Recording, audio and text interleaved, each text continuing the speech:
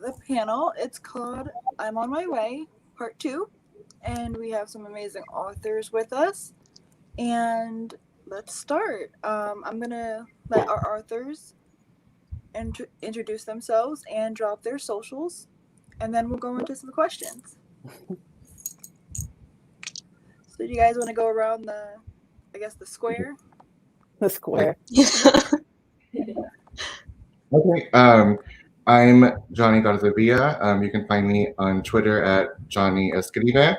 I'm a writer of contemporary young adult novels, including my debut, 1500 Miles from the Sun, about Jules, a Corpus Christi, Texas teenager who accidentally comes out over Twitter when he gets way too drunk at a party, and the Los Angeles boy who slides into his DMs the next morning. And that's out next June. Hi, I'm Emery Lee, author of Me Cute Diary, a story about a trans teenager who runs a blog about fake meet cutes inspired by his real life awkward meetups with people that he doesn't actually know. But when a troll threatens the blog, he has to fake date a fan in order to prove that the blog is legitimate. And you can find me on Twitter at Emery Lee Who, and on Instagram at Emery Lee Books. Who's next, you or me, Rocky? You can go. Okay. I am Romy Natalia Goldberg. You can find me on Twitter at Romy N. Goldberg. I write middle grade and picture books. I'm still on the going into the part about on my way. I'm querying right now. I have a middle grade novel about a girl who is named Yasun. She's Paraguayan. She's the only member of her family who was born in the States. So she's really struggling with identity issues and trying to fit in her family. And she goes on a trip to Paraguay and meets a girl called Camila who's working with a type of artisanía that we do in Paraguay called alboi, and really kind of into helping Camila as a way for her to stand out in her family. And throughout the course of the novel, she learns that in order to help others, you really need to understand them first. You can't just swoop in with a savior narrative. So it's a lot about just figuring out who you are without necessarily using other people in the process. I'm Raquel Marie. I'm on Twitter at Blonde with a Book, but the O's in book are zeros. And I'm the author of a YA contemporary novel that comes out in 2022, Ophelia After All, which is about 17-year-old Ophelia Rojas, who is a hopeless romantic who has always liked a million different boys, and as prom is approaching, she starts to question her sexuality when she becomes close to one of her female classmates and realizes there's the possibility that she likes more than just boys. And those are our books that we have to look forward to. So I hope you guys took notes and definitely, marked your calendars. Okay, so we're going to go straight into questions. I guess anyone can answer if they feel up to it, or we can just do a round robin. It depends on you guys. My first question is, what inspired your story, and what part of your stories do you want your readers to resonate with? Should we just do the same order? So a lot of my own inspiration has just been from my upbringing, kind of just deciding which of my traumas do I want to give this main character, and just I also write in this mentality of knowing that where I grew up in this small town Texas, I wasn't really allowed to be too Mexican or too gay. I tried my hardest to fit this mold that was really comfortable for society. And so I think in my books I want to create characters that don't have to necessarily face that their entire time in the book. I want a feeling of freedom and a feeling of accepting who you are and celebrating who you are. So that really inspires me too. My book was actually inspired by a super awkward encounter at an ice cream shop.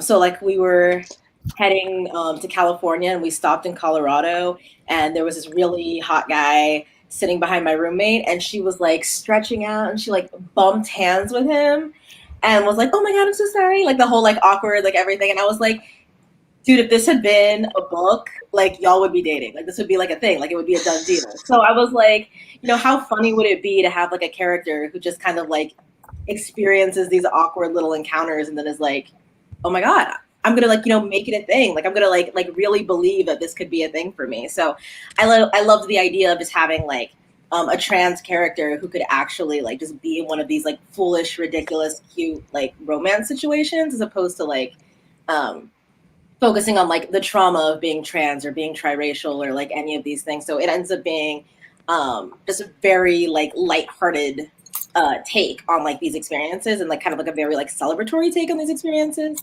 So I guess it's kind of what I'm hoping will resonate with readers too, just kind of like we can be happy. Like we can totally have a fun, chill story that isn't about like us just like being miserable because we're marginalized. That book sounds so good. So my book is inspired a lot by my experience of my mom is Paraguayan and my father is from the United States. And growing up, and even today, I still have that. You know, if you're both, then there's always that tension. And I thought it would be really interesting to explore that, especially how it comes. You know, when you have a parent who's really invested in you being part of their culture, there is a lot of pressure there. And then there's also obviously the pressure of being, you know, an adolescent or middle grade age, just trying to figure out how do you connect with your identity? Do you do it the way your parents want you to do it? Do you do it a way that feels true to yourself? How do you find that? And then the other thing is that I've spent a lot of time in Paraguay, particularly in this town called Yatetu, where the artisans make this beautiful artesania. And I really wanted to highlight how they're treated and the struggles they go through while they create this beautiful cloth that isn't necessarily appreciated as much as it should be. So I really wanted to have a book where I spotlighted that experience that they go through trying to make a living in the global marketplace, let's say.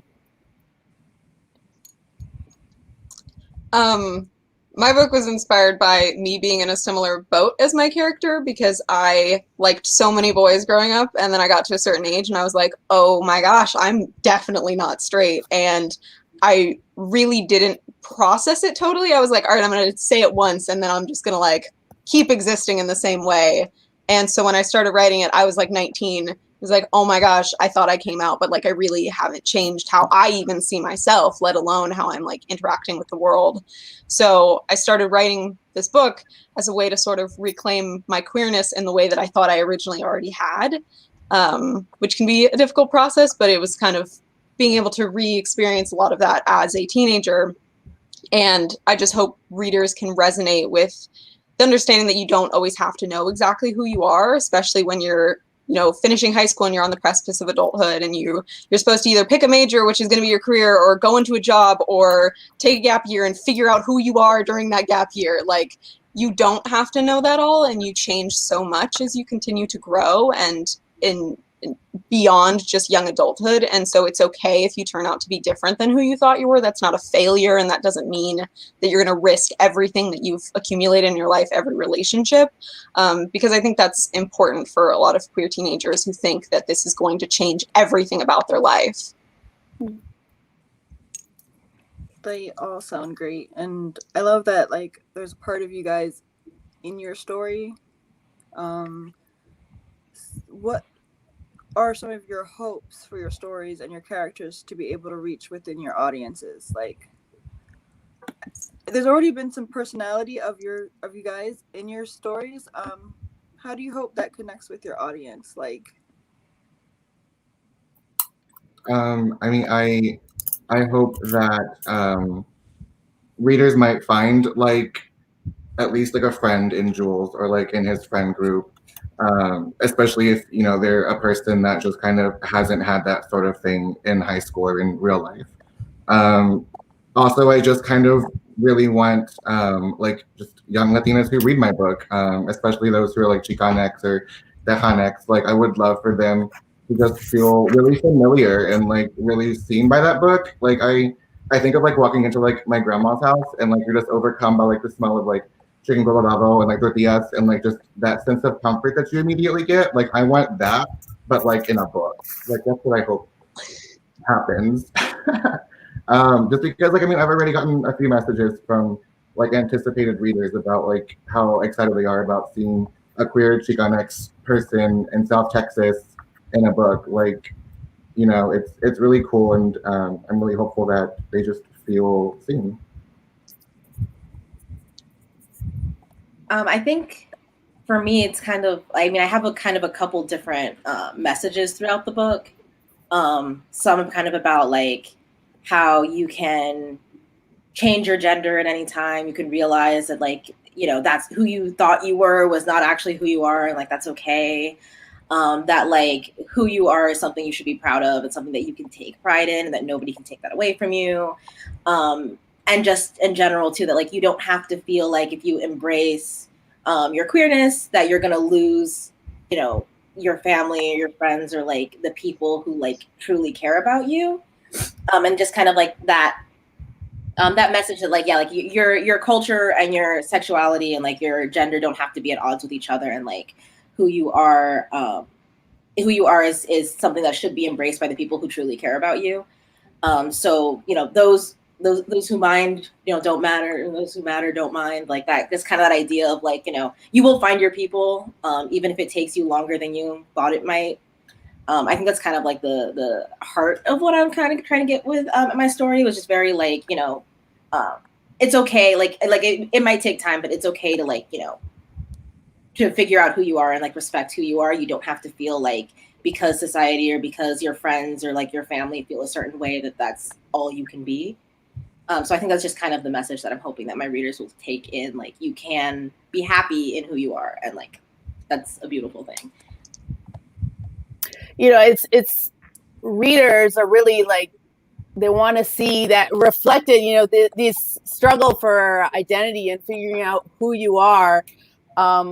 In my case, my character really is trying to find her own way to connect with her identity. And I really want readers who are bicultural, especially, to figure out that they can do that on their own terms. They don't necessarily have to be the exact replicas of their parents or be exactly half and half. And I really want people to readers to feel like they can figure out who they are on their own terms, basically. But at the same time, another message that I really felt it came through as I was writing it wasn't what I intended originally, but this idea that as you're on that journey to self-discovery, you know, we see a lot of times that in some books, characters from marginalized communities or side characters are basically used almost as props for the main character to have their emotional journey.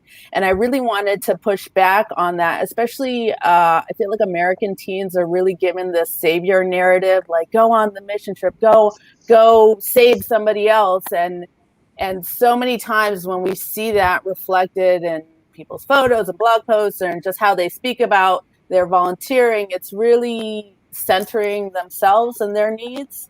And I really wanted to just create something where we talk about how that's not necessarily the best way to help somebody else. Is if your motivations are really to fix yourself or to go on your own journey of self-discovery, you know, the people who we're using aren't just collateral damage, they're people.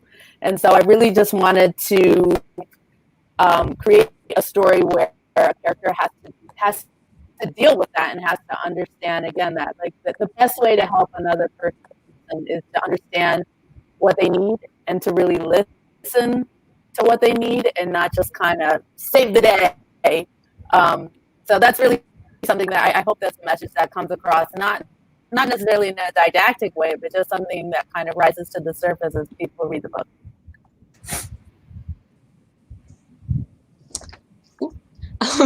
Similarly to what everyone was talking about, just the idea of you're allowed to figure out who you are and question who you are, and that shouldn't jeopardize the relationships in your life, is something that I think is really important for queer teenagers, or I think any teenager, anyone growing up, to hear, because especially if you've always been perceived in a very specific way or felt like things in your life have never really changed, any sort of change can feel like, oh, this is going to jeopardize every relationship I have. I'm no longer going to be this person everyone thought I was. And it's important that teenagers know that that's not true. And like Emery said, if people do care about that, or your relationships are contingent on you staying exactly the same, like, then those relationships shouldn't matter as much, and it's still difficult, but the people who love you should love you regardless of whether you make changes that make you ultimately happier, whether that be your sexuality, your gender, any type of aspect of your identity. But also something that I, similar to what Robbie was saying, where I didn't intend to write this, but then it just sort of something I realized, is that similar to my main character, I was someone who very much romanticized romantic love growing up and thought like, oh, once I get someone to like me back, like everything's going to be great. And that's the goal. And a lot of the stuff that comforts my main character is platonic love and the friendships that she forms and how fulfilling that can be in your life, and how, you know, there's nothing wrong with wanting romantic love, but there are so many ways that you can be loved, and your view of yourself and the worthiness of whether you're, you know, capable of being loved shouldn't just be reliant on whether someone likes you back romantically. You can look at your friends and your family, and that should be just as validating for you, which is something I think a lot of teenagers struggle with, because you're supposed to fall in love and find your soulmate at 16, according to a lot of American media, and that's not always true. And it's important that people know that it's okay if that's not fully your experience. So, since you guys have put some of your experiences in your stories, what would you say has been the hardest part of your writing process? I would just say, like, getting that first draft out. I mean, like, both books I've written, like full length, like actually complete books, have been pantsed, and so just kind of like I had an idea. I had an excessive amount of Sagittarius obsession about it, and I thought like I'm way too impatient to go and actually outline because I just want to start writing. And I think a lot of what happens there is just like there's no real thought process about plot or like anything that actually makes the book. And so like at about like chapter 12, like you just kind of, I'm not really sure where I'm going, and like it gets really easy to give up because like it's hard to think. Like using creative muscles is just really exhausting, and so trying to do that while also feeling really confused and like not even really knowing maybe who your characters are yet has been the hardest part for me, because once I get to editing, like I'm all good. So yeah. It's actually the opposite for me, because so I'm a pantser, but I'm a fast writer. So my first draft of Meet Diary took me about 10 days. And like and like it's so funny because I feel like when I'm in my head and I'm like in my zone, like I can just sit down and I can draft a book in 10 days. It's no big deal, and I will get everything out on the page and it's fine. But I think the hardest part for me was just that doubt that creeps in. The more people you let in, the more like you spend time on Twitter, the more you interact with other writers and readers, and like especially publishing at large, and like this idea that like, you know, we exist to tell one type of story, and that story is to educate white people, you know. And I think, you know, and again, like as a trans author, it's like to educate cis people, and as a queer, like a, you know, gay author to educate, you know, straight people. And I feel like, you know, writing an intersectional book where this character is like all of these things, it's like this pressured constantly to like, you know, explain things that are so straightforward, or like, you know, shift the story so that it's like educational to like, you know, these majority readers. And so I think the hardest part for me was kind of like trying to tune those voices out and saying like, you know, it's okay if your book doesn't appeal to everyone. It's okay if there are readers who don't, you know, connect or don't get it. You know, at the end of the day, you're writing this for a specific type of person, and to do them the disservice of watering it down or changing it to fit people who already have millions of books published every year is so unfair to that reader. So like it was just trying to stay in that mindset that I started in when I started drafting it, to make sure that I wasn't, changing the book to no longer fit like the reader that I needed this book to reach? For me, honestly, to be real, I'm a mother. I have a lot of kids, and the hardest part has been just to kind of defend my writing space and say, this is the time I'm going to write, and this is, it takes a long time to write a book. Just get out that first draft, and then to edit, and then all of the steps. And I also I had to really I had to learn about plot and structure and then pacing, and it's just to give myself that mental blank space for ideas to flow, and then the space to write. I wrote so much of my first draft on my phone, in my car, during bedtimes. And my kids know, my mom's writing a book, and I got to write during NaNoWriMo. I got to write 1,600 words a night, which is like a crazy amount of words for anybody, but for like a little kid, it sounds like really like an epic journey. And so I just had to learn how to I had to learn how to train my children and the rest of my family and everyone else who's, circling around me to fold my writing life in so I can have the time for it, and even right before this panel, I was doing other things, which is why I have a crappy background and, but just trying to say no, this is going to happen, and it might be ugly and messy, and I might be writing, instead of showering, but whatever, it's important and it's going to happen. So for me, that real struggle, just spending that writing time and making sure that it's a priority, not only for me, but for the people around me, and trying to kind of build that support system. So that was the biggest struggle for me. And it still is. I mean, I got 2 locked doors that I keep looking at to make sure no one busts through. I think your background looks fine. Yeah. I think a really big struggle for me when I was working on the first draft was because I was still in the headspace that I wasn't entirely comfortable with the fact that I was queer. So writing a character who was also figuring that out was kind of difficult because I either drastically overcompensated at some points, or it felt just so tangibly raw. And I was physically uncomfortable with writing it at times, where I was do I even want to be writing this book right now? Because I wasn't even in the place that I wanted my character to be by the end of the book. So I was I don't know how we're going to get there, because I'm not there and she's not there and someone's got to be there. And so that was really difficult. And similar to me, my main character has one non-white Latina parent and one white parent. And so even just writing that representation, even though it's its own voices, I'm oh, am I doing my own experiences right? It feels someone's gonna think this is wrong, even though there's no right way to write it. I'm aware of it, but it still feels like this pressure to perform it in a very specific way. And people who aren't Latina are gonna come into this book and expect a very particular representation, and what if I don't deliver that properly?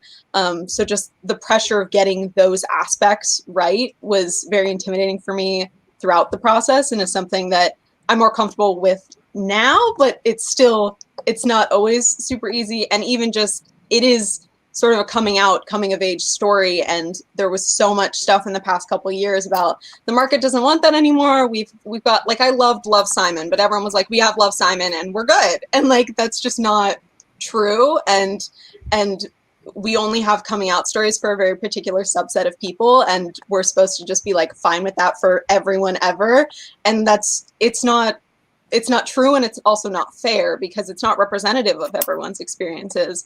And so sort of giving myself that validation of people will be interested in this, or let's just hope they are, and then we'll figure it out later, was a really big thing for me throughout the process, especially before anyone else had read it or even heard about me talking about it, just giving myself that validation. Well, I'm glad all of you guys stuck to your guns about what you want to be represented from your stories, and I'm pretty sure they're going to definitely make a difference in some someone's life, because like I'm already excited for them. What lessons have you guys learned in the process of writing and dealing with publishers and stuff like that? Like, if you were giving advice to someone who wanted to start, or like just your little pearls of wisdom. My one. I would say that community is really key to doing this.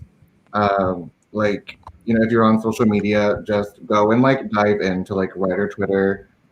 Like go find some hashtags, go find some ways to just kind of not only get yourself out there, but like also just slowly getting little snippets of your work out there.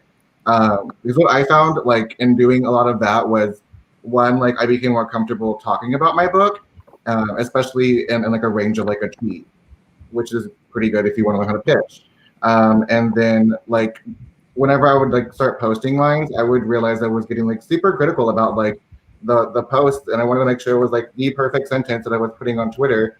And then that kind of got me in like a really critical headspace of editing, like changing that sentence ended up changing like the paragraph and then the chapter and just helping make that shine.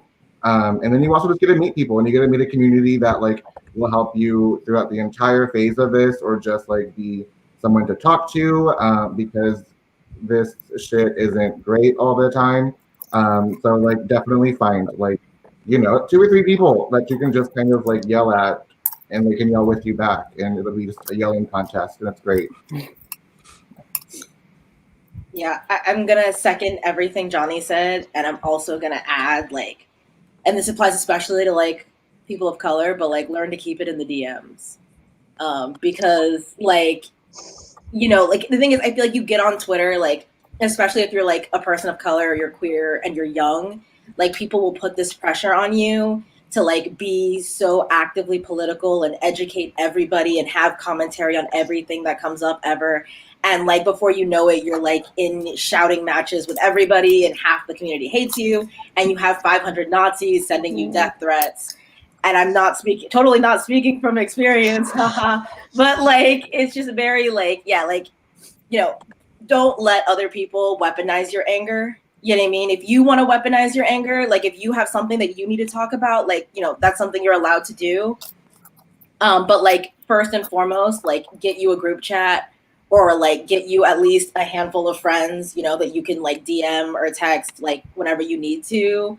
Like, I'm not looking at Johnny because I totally don't rant at Johnny all the time, but like, just like, you know, if you're gonna like, before you go get yourself in trouble on the internet, or like, you know, go picking fights with people, because you may think that it's just a one-off fight, and then that person is on like every panel that you're supposed to be doing, or like, you know, at every event, and you're like, It's a small community. It's a small community, and like, you know, some people, sometimes it's worth it. You know, sometimes you do want to like call somebody out because they're trash, and everyone needs to know it. But like, you know, make sure you're picking and choosing, you know, and that's what your DMs are for. You know, if you rant at your friends in their DMs and they're like, go for it, then you go for it. If not, you shut up. Like, learn that. It will help you. It'll save you. And it'll make making connections in the community so much easier when you're not constantly like, you know, kind of like ducking and dodging in your interactions because people are like afraid of you, or like, you know, you have bad blood with somebody else who's friends with this person, and like whatever, like you just keep it clean. As little drama as possible. Yeah. I'm a big believer in paying it forward and really building the community that way. You know, you really don't want to be one of those people that shows up at you know, that gets allowed into, I'm old, so like a Facebook group, and the first thing you're writing is, hi, will anyone look at my manuscript? Like, no, you definitely want to start building your community before you need anybody, and especially sometimes people really want to connect with authors that are already established, but really you want to take a look around and say, who is where I am, and let's grow together. And I think that just strategically that makes so much more sense, and helping other people out first. It's not only is it a good way to, you know, generate goodwill for yourself, and so that you have people who are going to help you when you need it, but also this journey is such a roller coaster. And if you can make sure that you're not just looking out for yourself, but you're genuinely happy when other people have success, and you're not just measuring your happiness happiness on where you are in the journey, but you really have a community that you built, and when they have their book deal, when they get their agent, when they get that contract for a series or Netflix deal or something, that really truly makes you happy, then it's just going to go such a long way. Just in terms of building the community, building other people up, but also for your own mental health, to just be happy for your whole, this is Latinx Heritage Month, so you want to say, I'm happy for everyone who gets to shine, and that makes it so much better than just being like, oh, I didn't get what I wanted to get, right? Just like really kind of focusing on other people will help you kind of get through the low parts. You want to have people to cheer for when you're low, and people who will cheer for you when you're doing well. You really just want to kind of strike that balance and not just make it all about yourself. It's just I find it's, at least for me, a healthier way to deal with all of it. It's just to have other people that you're happy for. Yeah, I definitely resonate with everything everyone was saying. And I think a big thing is just being honest with those friends that you have when you are struggling in some ways, because I think writing professionally is definitely different than when you're writing for yourself, because you're commodifying this thing that everyone sees as just like, oh, it's like a fun just art hobby, and like there are times you're not really gonna like it. And I think people who don't do some type of artistic thing as a career don't get that, like, there are times where you're not a big fan of doing it. Like, it's not always some like labor of love. Like it comes from a place of love for writing, but like there are times when it's hard, and being honest with other writers in the same position as me or different positions than me is really comforting and validating, because oftentimes they're like, oh, I felt the same thing. And you're like, okay, so this isn't reflective of some like, mistake on my part or indicative of some problem that I have. This is just it being a human being. Like, there are times where it doesn't work out great. But yeah, making authentic relationships with people, because people can tell if you're talking to them because like you're interested in being their friend, or you're excited for their work, or if they're talking to you because you have so many Twitter followers or some milestone just happened for you. And it's like uncomfortable. Like, obviously I'm talking slightly hypothetically for me. Like it's uncomfortable to feel like people are only talking to you because of an accomplishment you've had and not because of anything with your worth. But I've developed relationships with people from all different ends of, where they're at in their career. And that relationship is more important than whatever milestone someone's at. Like, if you find someone whose like opinions matter to you and who you feel comfortable talking with and whose work seems important to you and you're excited for, like, that's the most important thing. It's about developing relationships that will be beneficial and happy, like soul-wise for you all, not career-wise, because like at the end of the day, having one friendship with someone who's successful is not going to make or break your career. But like, if you're miserable or struggling and you have a friend who actually can help you out and is actually a good friend, like, that matters so much more in the long run. And that's the thing that you should be paying closer attention to when you're trying to build that community around you. So we've got keep it in the DMs, make a group chat, and be genuine, and make good connections. That's really great advice, actually, like just in life and in writing. So my next question, for those of you guys who have already got to the point where you're looking at your cover art, do you guys get a choice in that process? Do you get to pick your artist, or how does that go for you guys? Am I the only one with a cover? I mean, I think so. yeah. Publicly. Oh, awkward. It's not, but, Yeah, 'cause you started with yours a little bit. what? I don't. Okay, so like, my knowledge of cover stuff is still pretty limited, but I do know that, like, I mean, a lot of it, I think, just depends on how much you're going to put into the effort of like defending that cover. Like, I made sure that, like, whenever editors were giving me possible names of artists for my cover, I also gave them other names, and like, how about these? I also like just made like a really in-depth Pinterest board because I really had no idea what I wanted in my cover except for like the color and like what my characters look like. But besides that, like I had no idea what I wanted. So like I just made a really detailed Pinterest board that has like the same color blue square like 8 different times so they get to get the message about that. And I think it just really depends on thoughts and prayers.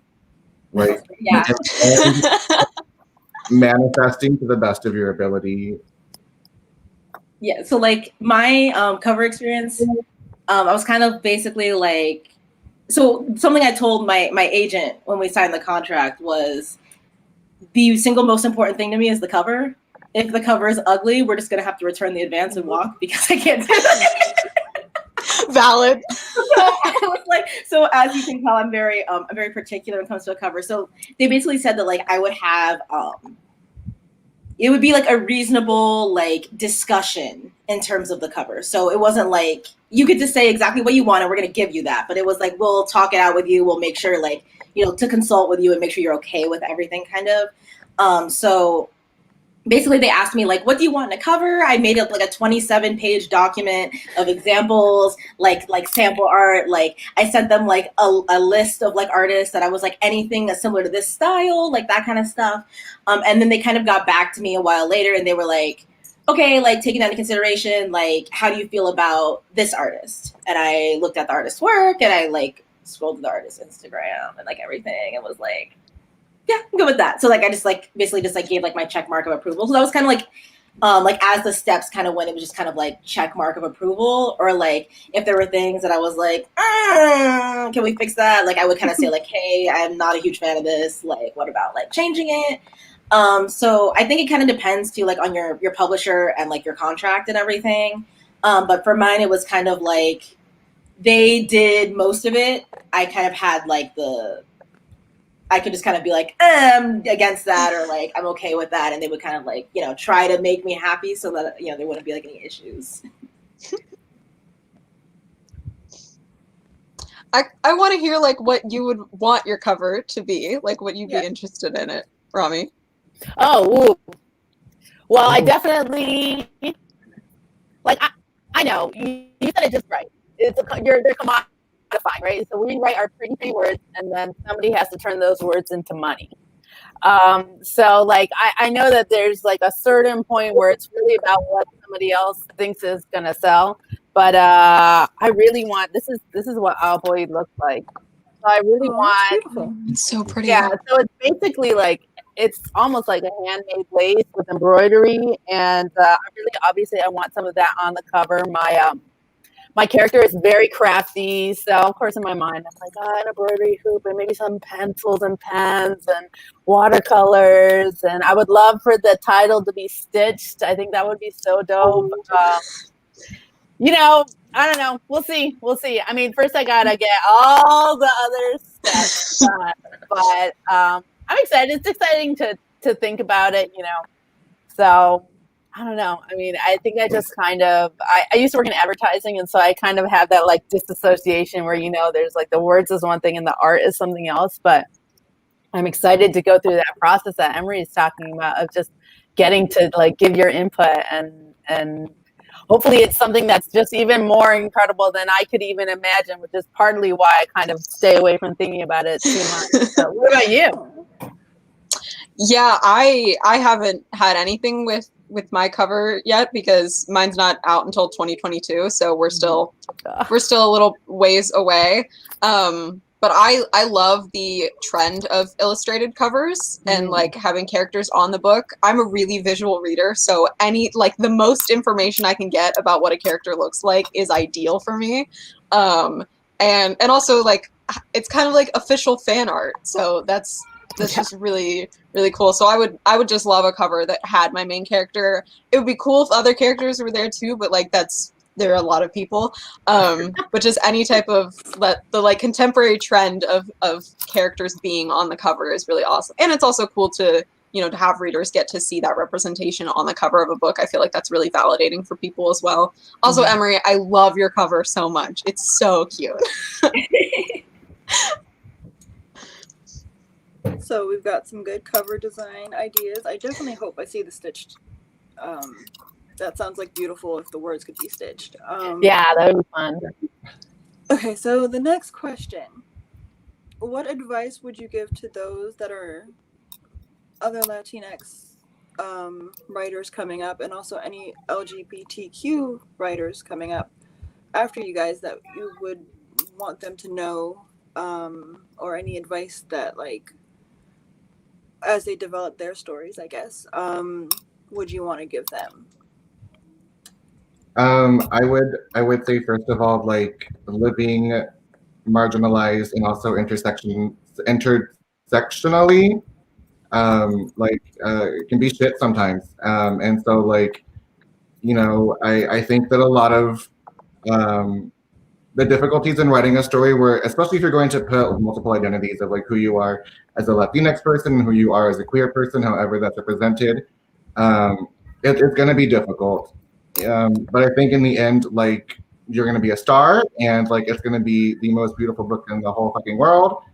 And like, just like, I think the best advice is just to like, don't look up, just look at your own paper, especially when it comes to writing those kinds of stories.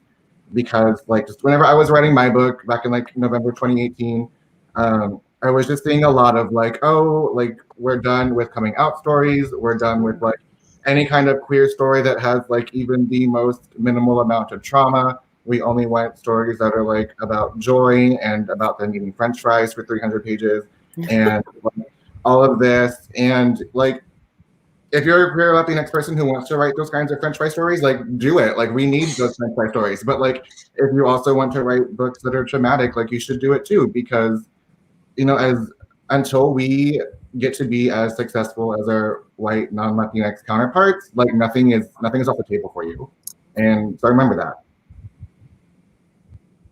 I guess I have two pieces of advice. The first kind of plays off of what Johnny said, and it's, don't let the internet get you down, because the fact of the matter is, what you find on Twitter and what you find on Instagram and what you find on like any website, it's just many people's opinions. You know what I mean? At the end of the day, like, yeah, people can say we don't want any more coming out stories, but like, that doesn't mean that no one's going to publish another coming out story. You know what I mean? It means that this reader doesn't want more coming out stories. And even if you see 10,000 people say they don't want any more coming out stories, that doesn't mean that there aren't 60 editors sitting in their offices waiting for the perfect coming out story, So it's like, don't let these people who are, who just have like, they have their own opinions, they're going to always have their own opinions. And at the end of the day, like, don't let those opinions hold you back, because, if you can find that person who wants your book, then like, it doesn't matter that 10,000 people didn't want it. You know what I mean? Because there will be those people who do. So like, don't let that get in your head and like keep you from writing the thing you want to write. And then the other piece of advice is just, it's not you.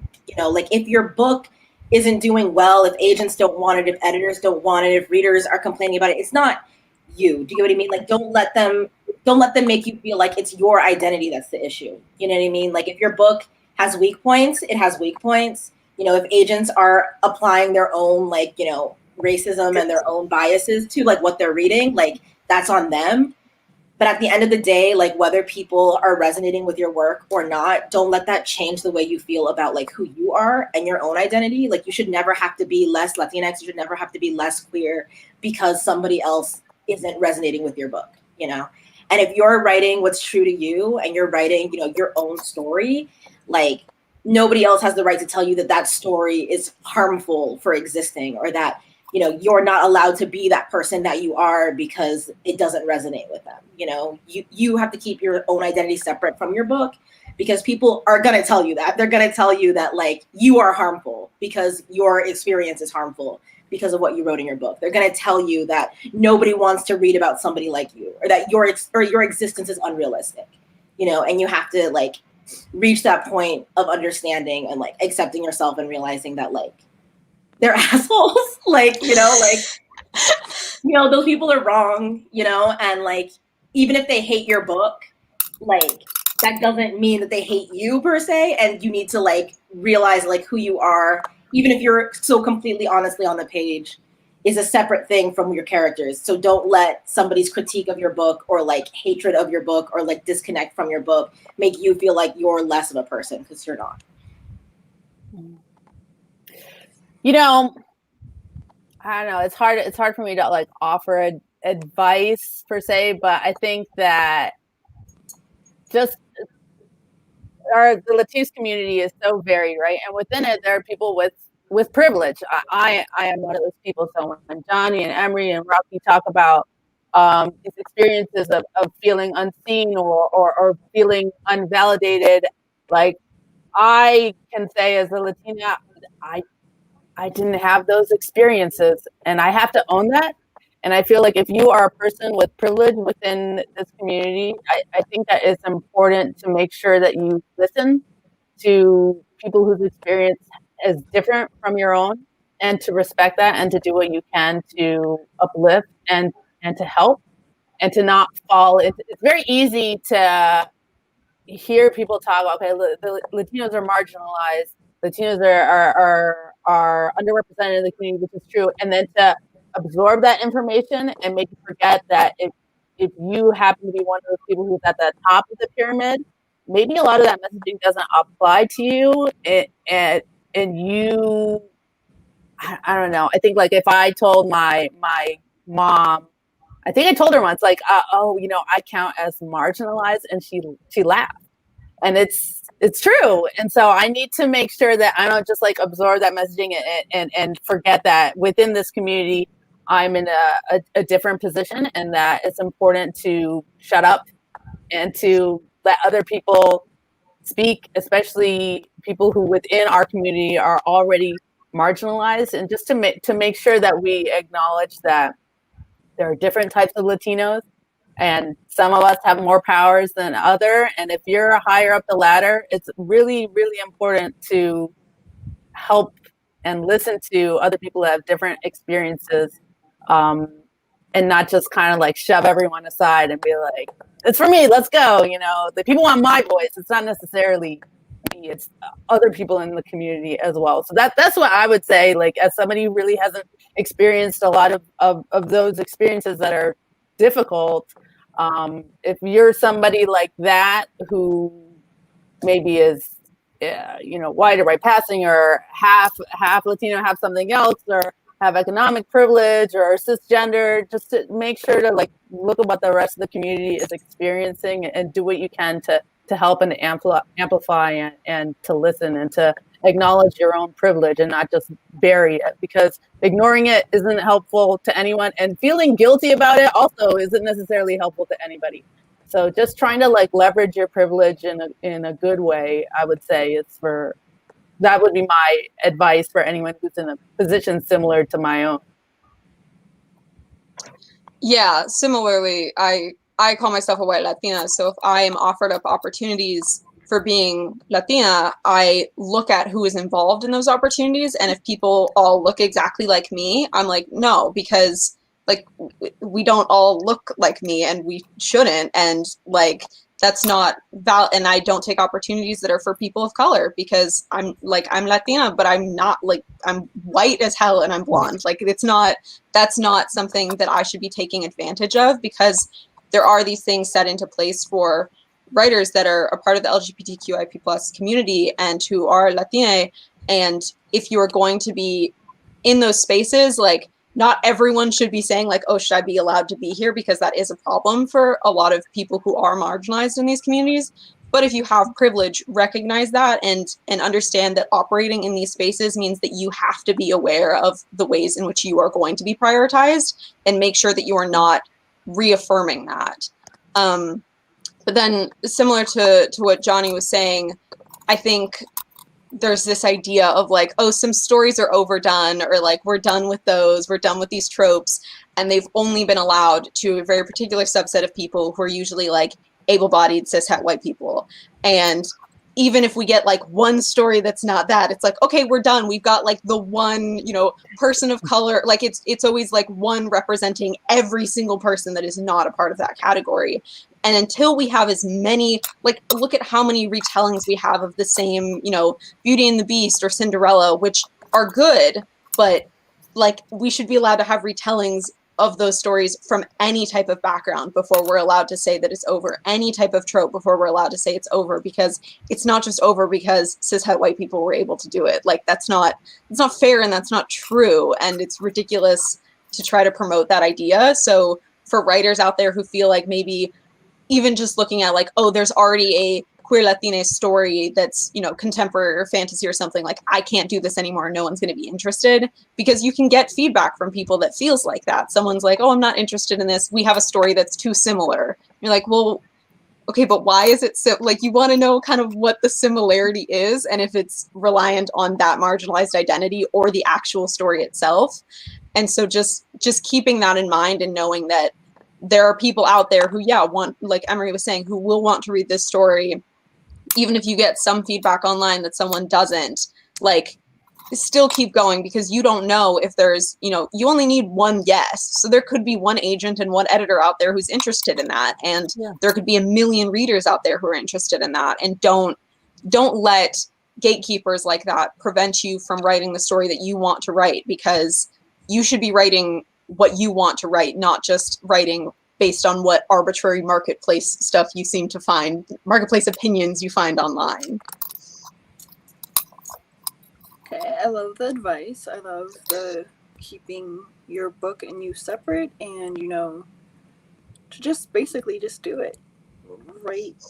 Just write it out. And that's amazing advice. As we slowly wrap up, I want you guys to, you know, drop your socials again, and also, you know,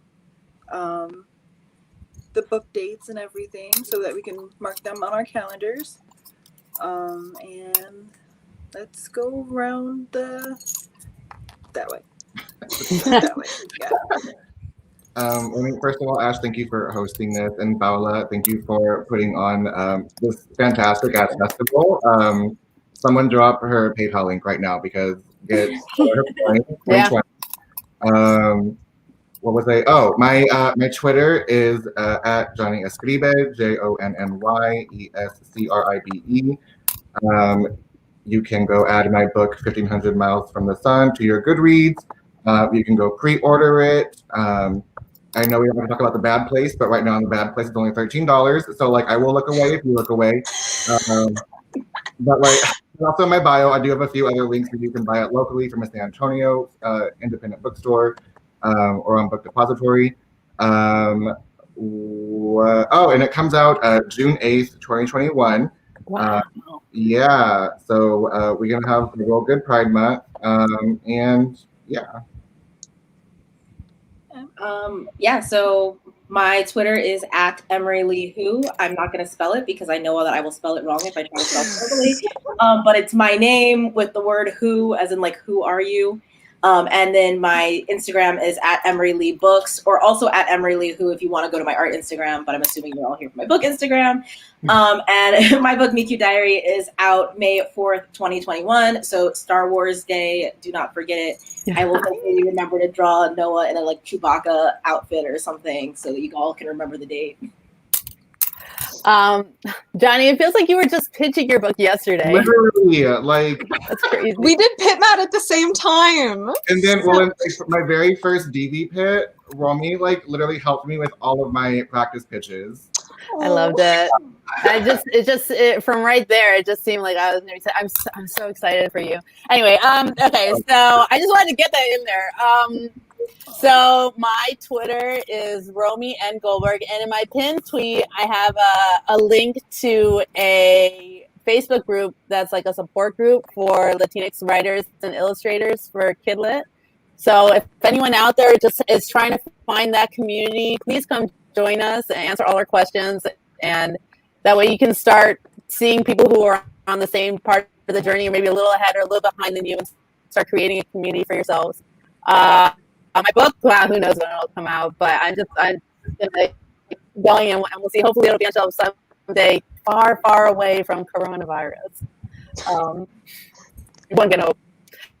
Yeah, so that's it. And thank you so much, Ash, for moderating. I'm happy to be here. Yes, thank you, Ash, for moderating, and shout out to Paula. I know she's probably in the comments for organizing this entire thing because it's ludicrous the amount of effort that she's put into this that we are all benefiting She from. makes So it look like there was like a whole huge team. behind yeah, that. no, it's her, and it's oh my gosh, it's wild. Wow, wow. She's incredible. Yeah, my Twitter is Blonde with a Book. I'm also not going to spell it because I will misspell it, but the O's are zeros. And then I also have a YouTube channel, which is also Blonde with a Book. All of my social media are Blonde with a Book. I can't dye my hair ever. And you can have my book, Ophelia After All, on Goodreads. It comes out in spring of 2022. I don't know what month. Yeah, I think that I'm trying to go through the mental list of things I was supposed to say. And thank you for anyone who's watching. Yes. Thanks for everyone who joined in. We had a pretty good, solid number. And I'm pretty sure people are going to catch up on this later because it'll be linked to the YouTubes. I hope you guys have a good evening or afternoon, depending where you guys are. And I thank everyone for joining us, and that our wonderful authors here have the best book journey ever. Thank you. Thank you. It was so nice to see you guys. Yes. Nice to see you guys. You guys enjoy the rest of your day. You too. Thanks. Bye. And thanks, Paula. Bye. Bye.